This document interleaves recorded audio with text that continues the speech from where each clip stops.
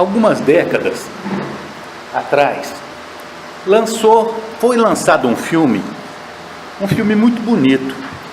E esse filme chamava Romeu e Julieta, do Shakespeare. Esse filme ele fez muito sucesso naquela época e era com a Olivia Hussey, uma moça muito bonita.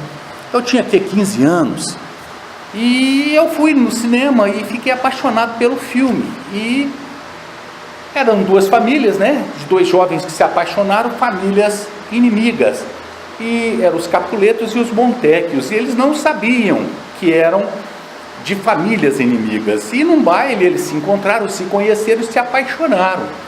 Quando eles souberam, acharam que não ia dar certo a vida, eles terem uma vida comum, tudo, mas continuavam se encontrando, escondidos.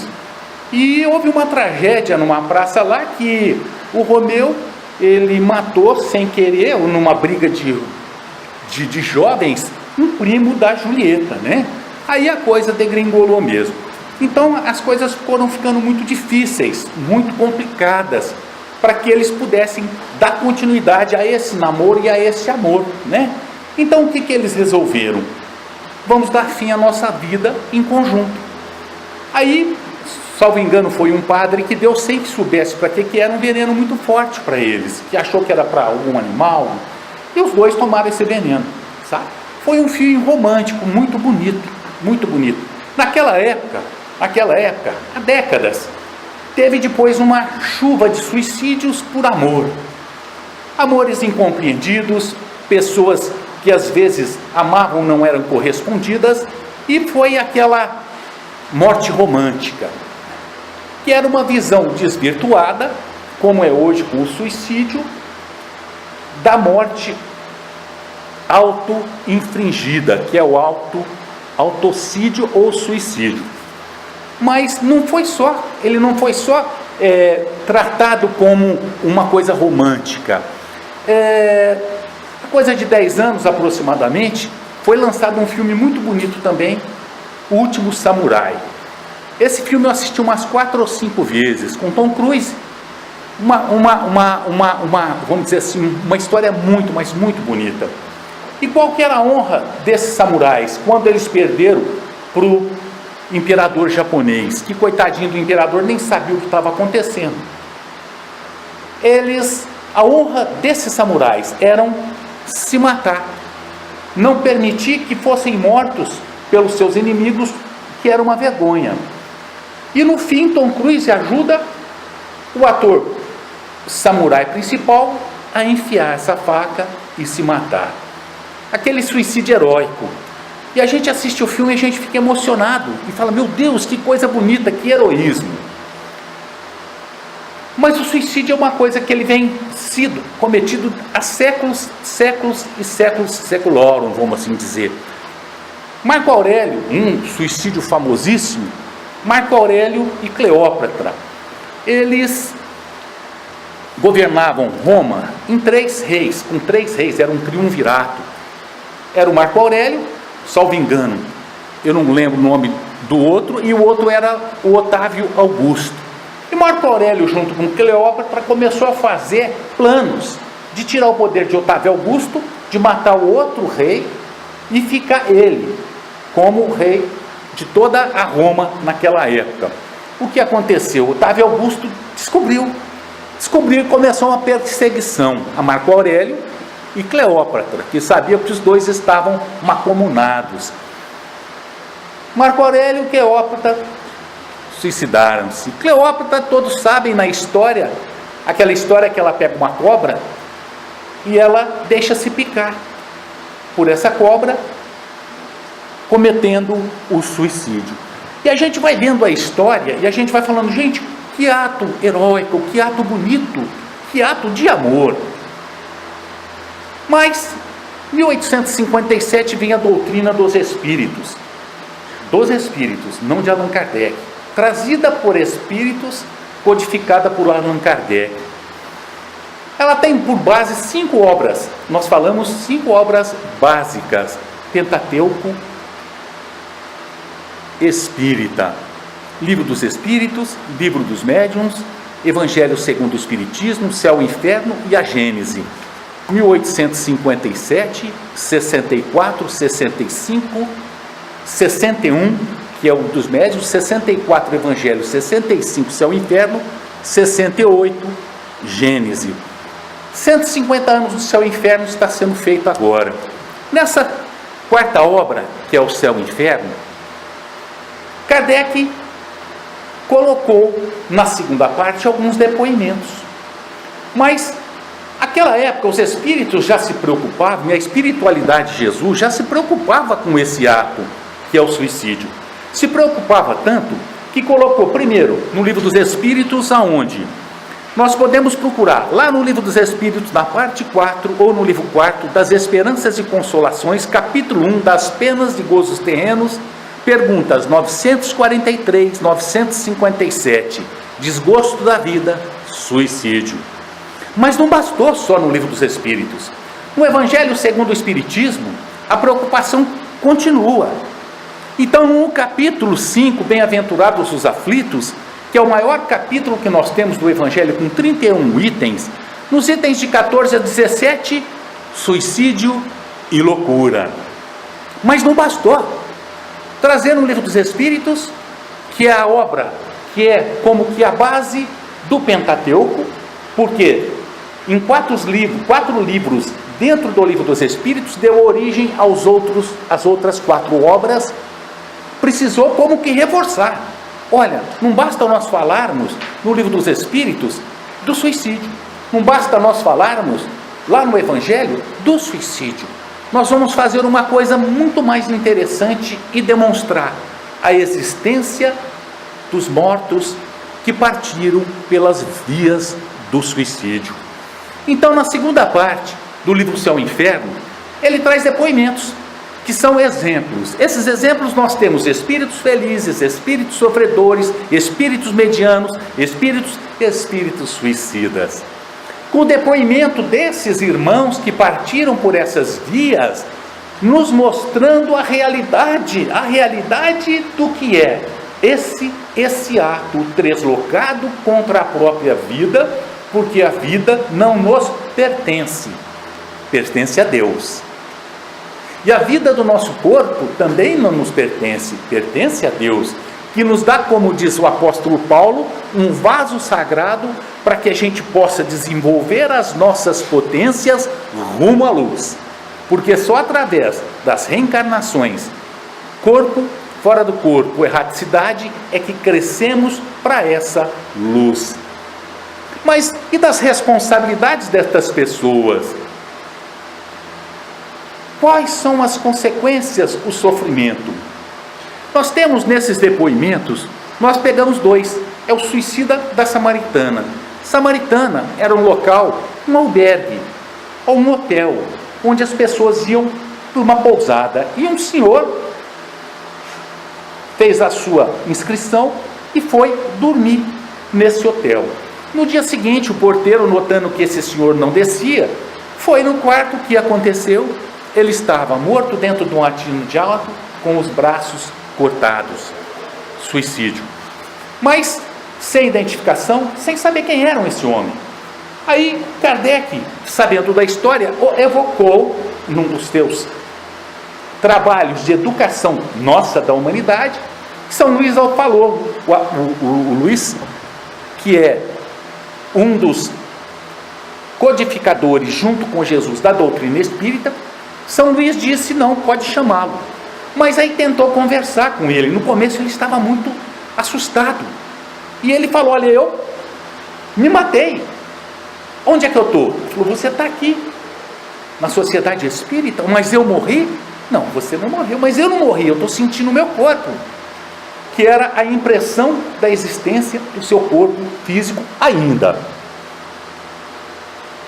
Mas tem outro relato também do pai e o conscrito. O pai e o conscrito, esse pai, 1859, estourou uma guerra na Itália e tinha um filho jovem. Esse filho era obrigado a se alistar para ir para a guerra. O que esse pai fez? Esse pai suicidou. Suicidou para deixar o filho como arrimo de família e ser dispensado de ir para o exército, ir para a guerra e morrer na guerra. Cometeu um erro muito grave, porque ele voltou lá na sociedade espírita e disse para Kardec o que ele sofreu por esse ato. Tinha alguma atenuante? Poderia até ter, porque foi por amor pelo filho, mas é responsável pela consequência dos atos que praticou. Por quê? Porque ele não se conformou com os desígnios de Deus, que aquele filho tinha sim que partir para a guerra, que era uma das obrigações, um dos compromissos que ele tinha de ir para essa guerra. Ou seja, uma revolta contra os desígnios de Deus, ou contra a existência de Deus, um inconformismo dos porquês das nossas vidas. Mas, a partir do momento que nós somos responsáveis por nossas vidas e cometemos esse ato, nós notamos que muitas pessoas se entregam às vezes à morte, como os bombeiros, por exemplo, que vão entrar num prédio, e quando entrar esse prédio em chamas, eles vão, e nesse prédio em chamas, eles entram, cai o teto, matam um bombeiro. É suicídio? Nos dizem os espíritos, depende da intenção. Se esse bombeiro, sabendo o que poderia acontecer e entrou querendo que acontecesse, é suicídio. Se foi para trabalhar, não é suicídio. Então, o que nos leva a isso? A intenção. Trabalha-se, nós vemos os médicos sem fronteiras indo para todos esses lugares do mundo, e teve aquela expansão daquela doença na África, que vários morreram. Suicídio? Não. Eles se entregaram ao holocausto em prol do seu próximo. Então existem duas formas de entendermos uma morte, se é ou não pelo suicídio, a intenção. Qual é a sua intenção? E no livro dos Espíritos fala, mas se vai para uma guerra, essa pessoa morre pelo seu país, é suicida? Depende da intenção. Se ele foi para a guerra com essa intenção, sim. Se não, não. Mas qual o momento que nós começamos a ser responsáveis por esse ato? A partir do momento que nós nos conscientizamos do que nós somos, que começamos a ter o nosso livre-arbítrio. Uma das maiores graças que nós, espíritos, recebemos foi da consciência. A consciência de sabermos o que somos. Quando criados simples e ignorantes, nós não sabíamos. Passamos para a fase hominal. Ainda no começo dessa fase nós não tínhamos consciência do que éramos. A partir do momento em que nós começamos a entender o que nós éramos, onde nós estávamos, que nós éramos pedaço da natureza, mas fazíamos parte e não éramos a natureza, começamos a nos conscientizar de nós mesmos. Saindo do primitivismo, nós começamos a ter consciência do erro, do que é certo e do que é errado. De acordo com Maria Modesto Cravo, ela nos diz que nós temos algumas fases do primitivismo, depois nós temos do racionalismo, depois nós temos da espiritualização e da moralização. Primeiro o primitivismo, em que nós não sabemos o que somos, nós simplesmente vivemos para nos procriar, para comer, para viver, simplesmente.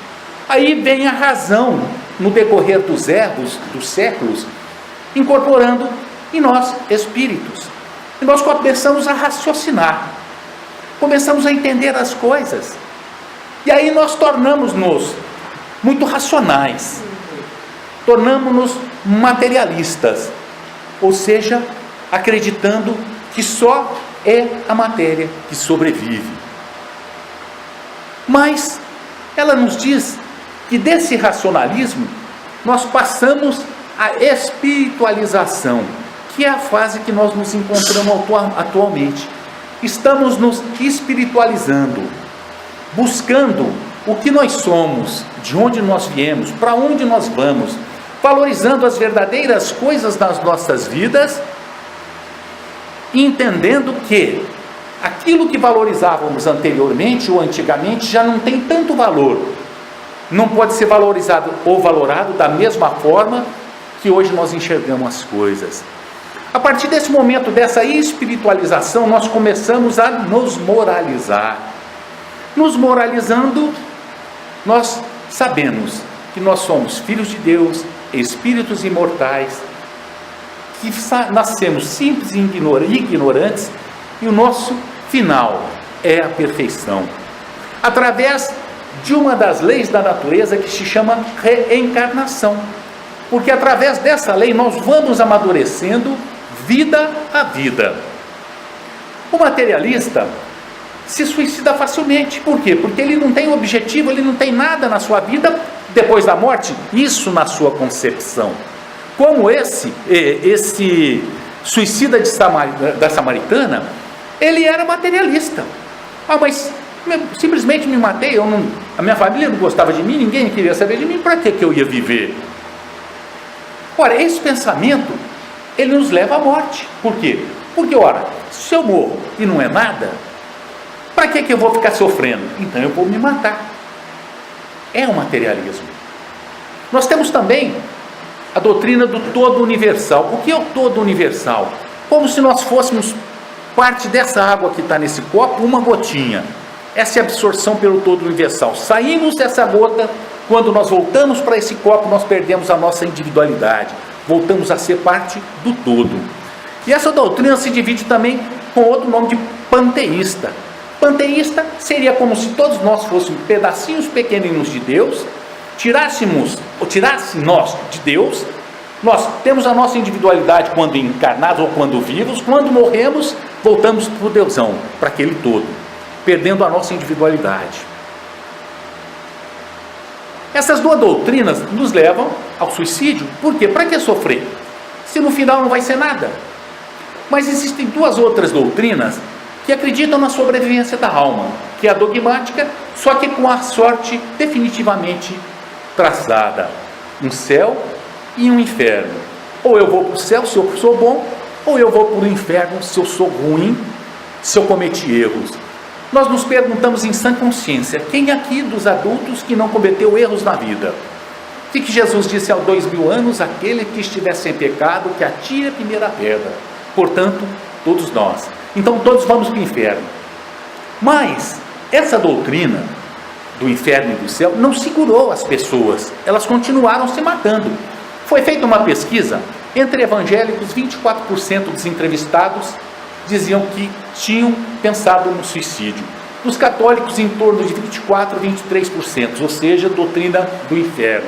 Espíritas, 14% disseram sim, eu pensei já em me suicidar. Ou seja, até os espíritas que conhecem as consequências pensam. Por quê? Porque esse pensamento passa pelas nossas mentes, principalmente porque muitos de nós somos egressos do suicídio. Suicidamos-nos em outras vidas. Por isso vem essa vontade, esse desejo, muitas vezes que a gente não domina, comete o ato. Aí não tem retorno mais. Já foi feita a besteira. Aí é o sofrimento e é a dor.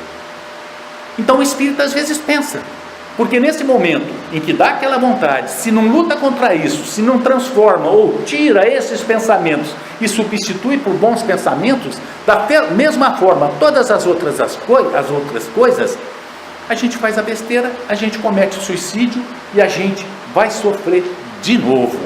Por isso o medo da morte. Um dos medos da morte são as mortes tristes e doloridas que nós tivemos anteriormente. A última doutrina, que é a espírita, que fala da sobrevivência da alma com o progresso indefinido, é consoladora. Por quê? Embora eu tenha cometido suicídio, eu tenho uma nova oportunidade de vida. Para o céu e o inferno, a pessoa está condenada definitivamente a ficar no inferno. Para o materialista não é nada, mas ele vai encontrar com a morte do corpo físico, mas não do espírito.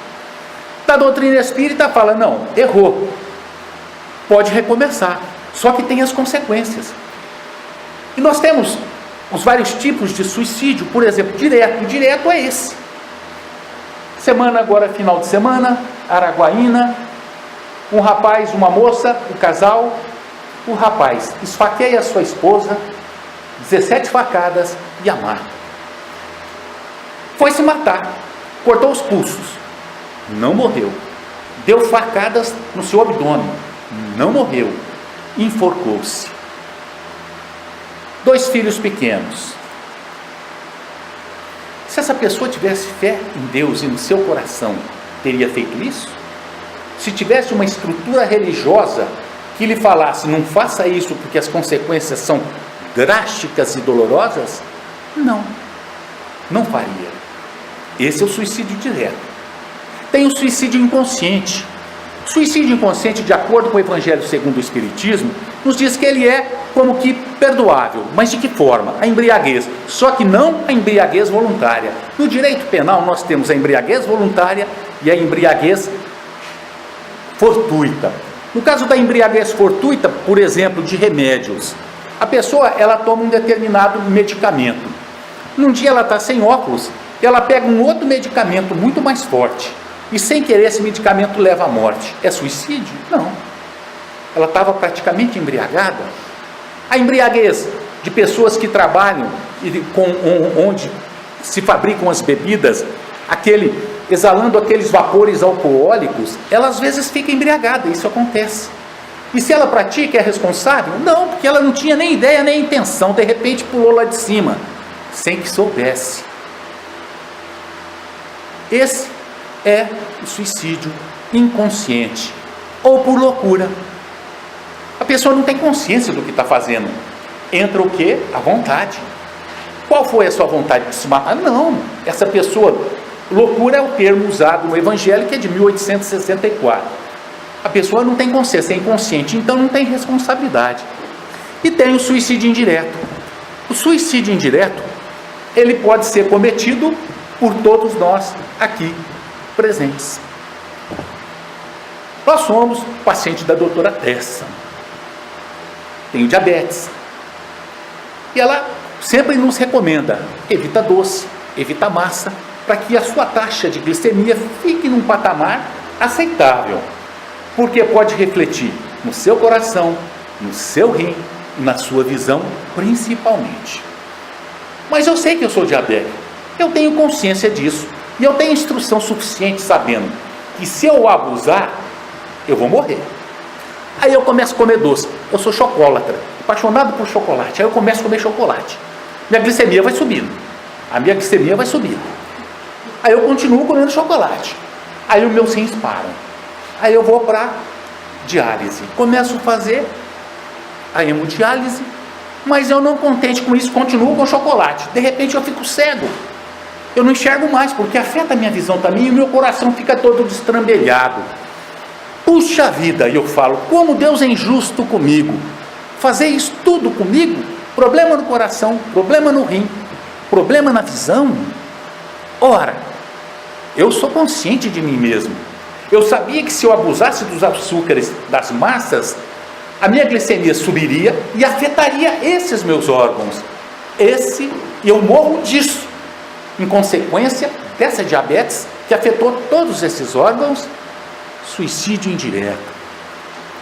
Eu sabia, e eu assumi o risco, e eu me matei. Todos nós assistimos Nosso Lar.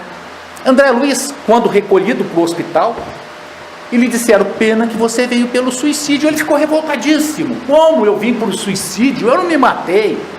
Aí foi explicado a ele, sim, as suas dosezinhas alcoólicas todos os dias, os excessos da mesa, fizeram com que diminuísse 8 anos da sua vida.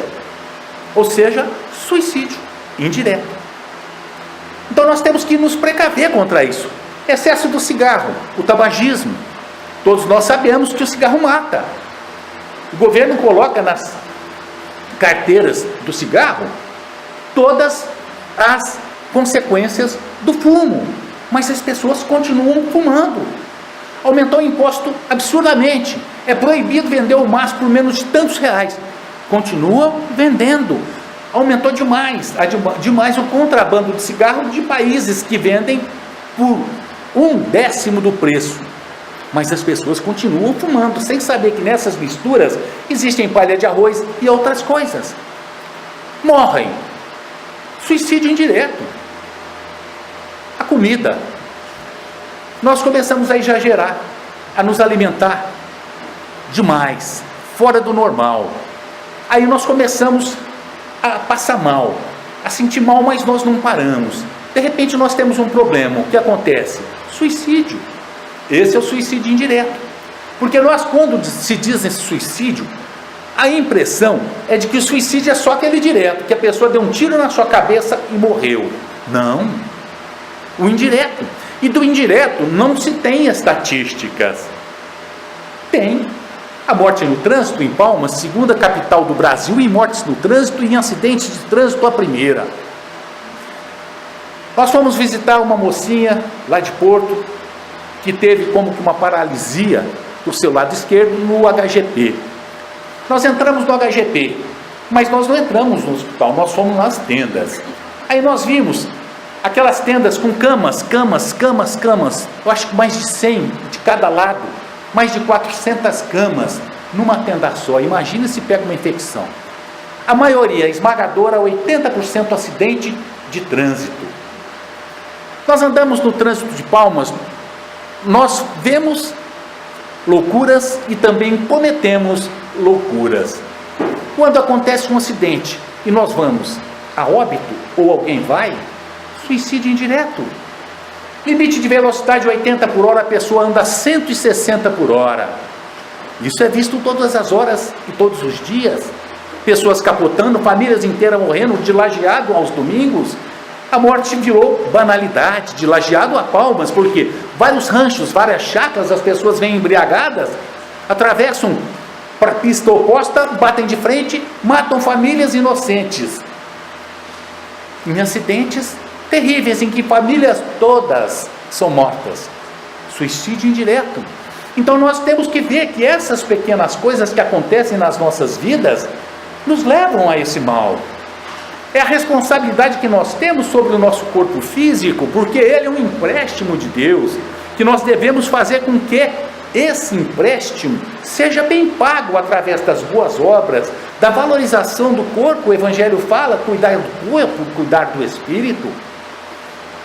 Antigamente existia-se a ideia do ascetismo, pessoas que se flagelavam, acabavam com o seu corpo físico, entendendo que Deus ficaria satisfeito com esse flagelo. Não fica. Porque como é um instrumento, nós precisamos de um automóvel, nós precisamos de uma bicicleta, nós precisamos de uma motocicleta, que é um instrumento que nos leva ao trabalho, que nos leva ao lazer, como o nosso corpo físico, nós precisamos para crescer para a luz. É um empréstimo de Deus. Então nós temos que valorizar esse instrumento, que é o corpo físico. Estatísticas, fora suicídios indiretos. 1 milhão de suicídios por ano no mundo. Mais de 15 mil só no Brasil. Dizem os estudiosos que para cada fato consumado, 3 tentativas. Então são 4 milhões de tentativas no mundo, 45 mil tentativas. Isso, estatística, mas é muito mais. O que é isso? Será que a fé, a religiosidade, não dá a fé para que não se cometa atos contra a própria vida? Depende. Porque muitas religiões entendem que só pela graça de Deus, sem críticas, só pela graça de Deus nós seremos salvos. Muitos entendem que nós, agindo de uma forma, talvez heróica, seremos salvos, mesmo sabendo que vamos cometer um suicídio. Mas aí vem a doutrina espírita, nos explica a consequência dos nossos atos. Primeiramente, o que nós fazemos. Essa doutrina, que hoje nós chamamos de religião, quando ela veio como uma ciência, e ela é uma ciência. É uma ciência e uma filosofia com efeitos morais. Porque a partir do momento que nós começamos a estudar a ciência espírita ou a filosofia espírita através do Livro dos Espíritos, nós vamos respondendo aos nossos questionamentos, às nossas dúvidas, buscando os porquês das nossas dificuldades. Porque quem de nós não passa dor? Quem de nós não sofre? Quem de nós não tem os seus problemas? Isso nos incomoda. As religiões não levam à solução dos nossos problemas, levam uma falsa salvação que nós sabemos hoje conscientemente que não vai levar aquilo lá. A consequência é pior. E a doutrina espírita nos mostra essa consequência. E nos mostra de onde nós viemos. Nós viemos de onde? Do berço? Não, bem antes. Nós vamos parar em um túmulo? Não, nós continuamos. Nós estamos aqui por acaso? De forma nenhuma. Nós estamos no núcleo familiar porque nós fomos jogados como um dado, como diz Stephen Hawking, o físico. Nós fomos jogados numa família, ou nós fomos jogados no mundo como um tabuleiro que Deus joga dados. A situação que ele está. E ainda não se dobrou o orgulho para acreditar em Deus. E acha que Deus joga sorte com a gente. Não, nós estamos nesse núcleo familiar, que é o lugar que Deus nos coloca, para que nós realinhemos-nos com nós próprios e com aqueles que estão conosco. Porque nós temos que exercitar o amor a partir desse núcleo. Mas antes de exercitar o amor a partir desse núcleo, nós temos que exercitar amor por nós próprios, preservando a nossa vida, lutando para que a nossa vida seja uma vida cheia de boas obras, a partir de agora que nós temos consciência do que é a vida, porque já que sabes, és responsável. E sendo responsáveis, nós temos que cuidar sim do nosso corpo e do nosso espírito. E através dessa conscientização que a doutrina espírita nos dá, nós começamos a mudar o foco das nossas vidas, dos nossos desejos, das nossas pretensões, entendendo que esse núcleo que nós estamos é para que possamos amar e não brigar e não renegar. E amando-nos a nós próprios através desse alto amor, que não é a autopiedade, nem um orgulho, esse alto amor, nós passamos a amar esse núcleo familiar, entendendo-os que são pessoas falíveis, com problemas, como nós os somos. Quem de nós não tem defeitos? A partir desse momento, desse autoconhecimento, porque Jesus dizia, a maior de todas as leis, Deus sobre todas as coisas, e o próximo como a ti mesmo. Amarmos-nos. Aí nós vamos expandindo esse alto amor para o amor desse núcleo familiar, entendendo que nós estamos juntos para que nós nos amemos, e que essas pessoas são os nossos professores quando nos exercitam na paciência, no amor, no carinho, porque muitos desses nossos entes queridos nos cutucam, nos ferem, ficam nos como que provocando a todo momento. Professores de paciência, porque nós não estamos nesse núcleo por acaso. Da mesma forma, nós não estamos no nosso círculo de trabalho por acaso. Nós estamos com aquelas pessoas que nós precisamos estar. Nós estamos numa coletividade porque é lá que é necessário que nós vivamos, que possamos viver, porque lá que é o nosso compromisso, porque as nossas vidas, elas são trabalhadas de acordo com as nossas necessidades e com os compromissos. A nossa reencarnação, ela é planejada para que a gente possa, da melhor forma possível, nos realinharmos com a nossa consciência, espiando o nosso passado, sendo testados e provados para o nosso futuro. Toda expiação é uma prova, mas toda prova não é uma expiação. Então, se eu estou num núcleo familiar difícil, é porque eu mereço, e é principalmente porque eu necessito, e é principalmente para que eu aprenda a amar esse núcleo familiar. Os amigos, da mesma forma. Os colegas de trabalho, da mesma forma. Só que os amigos nós podemos evitar, mas a família não. E esse alto amor é um exercício que nós temos que fazer todos os dias nas nossas vidas. A partir do momento que nós nos conscientizamos dessa realidade, nós somos responsáveis. Porque nós somos espíritas principalmente. Mas é que nós somos melhores? De forma nenhuma. Perguntado a Chico, ele diz, porque os espíritas são mais devedores. Nós somos mais devedores, por isso Deus nos deu um instrumento para que a gente possa, um instrumento como que perfeito, para que a gente possa sair do buraco em que nós nos encontramos. Então, por sermos fardos, nós recebemos esse instrumento para que possamos lapidar o nosso espírito, nós. Porque se reconhece o verdadeiro espírita pela sua transformação moral e pelo esforço que faz em domar as suas más tendências, se reconhece assim o verdadeiro espírita. Disse lá Kardec, o espírito é perfeito? Não, mas pelo esforço que faz. E hoje, conhecedores das potências divinas que todos, sem exceção, têm dentro de si, nós somos responsáveis para desenvolvê-las, desenvolver essas potências, fazer com que cresça dentro de nós essas potências, e uma delas é o amor. Mudando o foco dos nossos desejos, transformando, como que diluindo os gigantes negativos das nossas almas, o ódio, o rancor, o ciúme e a inveja, transformando-os, o egoísmo em altruísmo, o ódio em amor, o mal em bem. É um trabalho que nós, por obrigação, temos que fazer por nós próprios, se quisermos ser felizes, porque nós já tentamos tudo. Na história da humanidade, guerras, guerras, guerras. Na história da humanidade, sofrimento e dor, tudo plantado por nós. E através desse panorama aparentemente caótico, nós não somos felizes. Então nós temos que mudar o foco da nossa felicidade.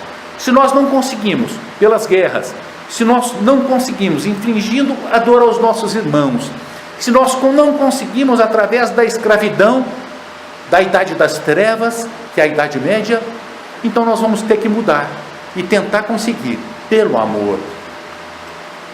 Essa é a maior de todas as leis, a lei do amor. Essa lei que tem que ser aplicada a nós próprios, primeiramente.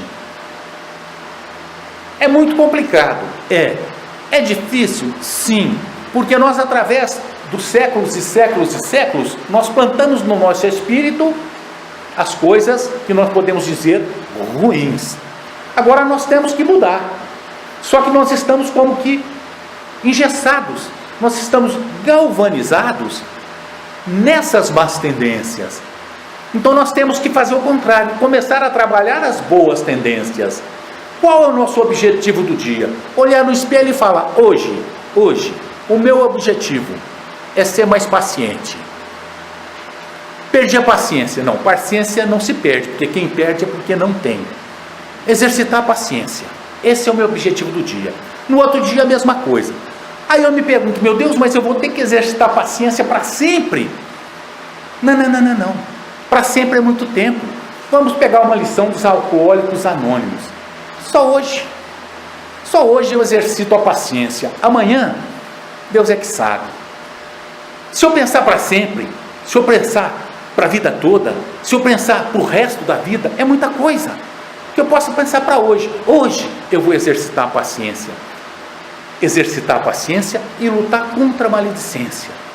Hoje eu vou tentar novamente, porque eu não consegui ontem, até tirarmos a maledicência das nossas vidas e colocarmos a paciência. É uma luta constante, defeito por defeito, desqualidade por desqualidade, através dessa luta do dia a dia, colocando nas nossas vidas o Evangelho de Jesus, porque o Evangelho de Jesus é um dos maiores, ou é o maior preceito moral para que a gente possa ser feliz. Através dos seus preceitos, em especial daquele que diz: amar a Deus sobre todas as coisas e o próximo a ti mesmo. Aí estão todas as leis e todos os profetas. E nessa mesma lição do Evangelho, que amanhã vai ser lá do Joano, né, dona Delma, nos diz uma das lições de Jesus: se quisermos ser felizes, que possamos fazer ao próximo aquilo que gostaríamos que o próximo nos fizesse, principalmente valorizando as nossas vidas, valorizando o nosso corpo físico, não importando quais as condições que eles estejam, porque esse vaso sagrado foi me dado para que eu cresça para a luz. Essa é a lição do Evangelho da noite. Deus abençoe a todos.